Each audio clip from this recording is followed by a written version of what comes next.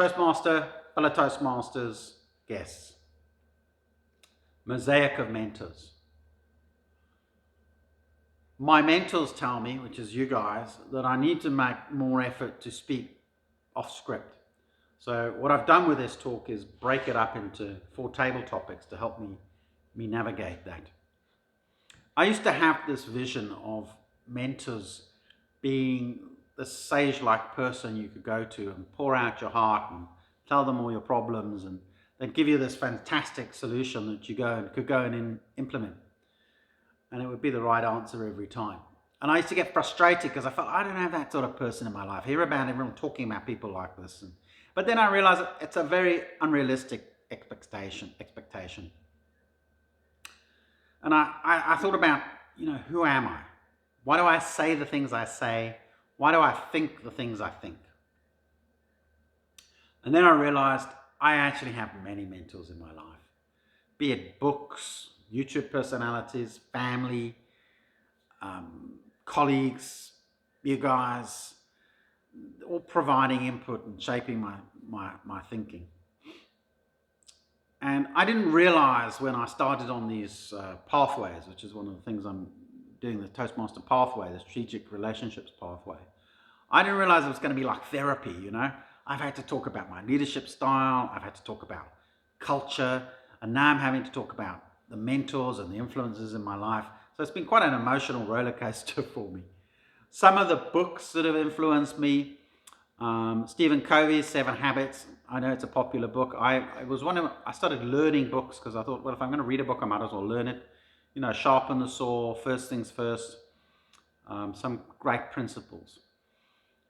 Another book is by a guy called Bosworth, Solution Selling. I was fortunate enough to go on a course for that as well.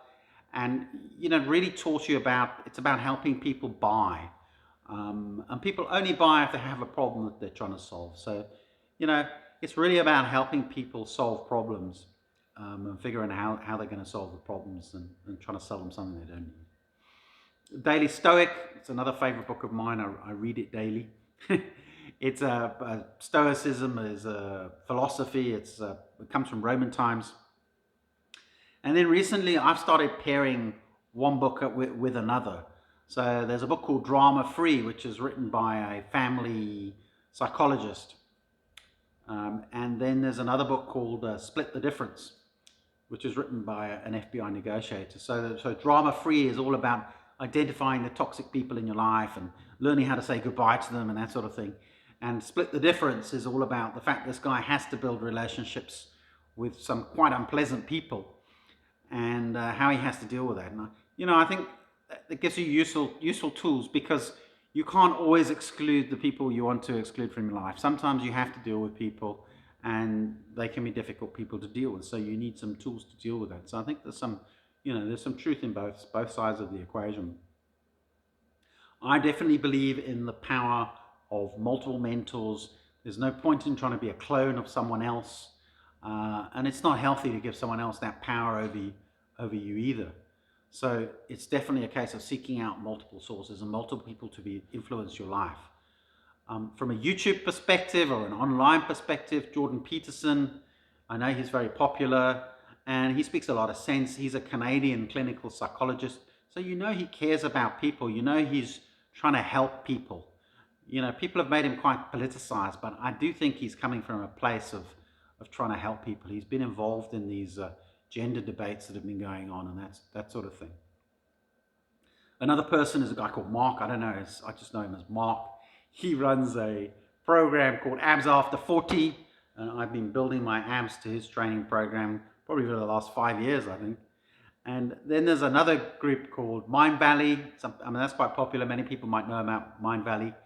And my partner and I have been following a course recently called Happy Money, which is by a guy called Ken Honda. And Ken Honda is a Japanese guy who helps people come to terms with money and be comfortable with money. A lot of his thinking, I believe, is based on Shinto type thinking. Shinto is a religion in Japan. And that's very interesting and a very different input. I also do Kumon maths just to keep my mind sharp. And on the body side, I also have a biokineticist called Renette who, when I started listening to her, actually started helping me. I had a long period where I didn't listen properly and didn't do the things she told me to do, and now I've started to do them. It's having a very beneficial effect, which just shows you, it's not about age and someone knowing more because they're older. It's about, someone knowing something that you don't know. Yeah.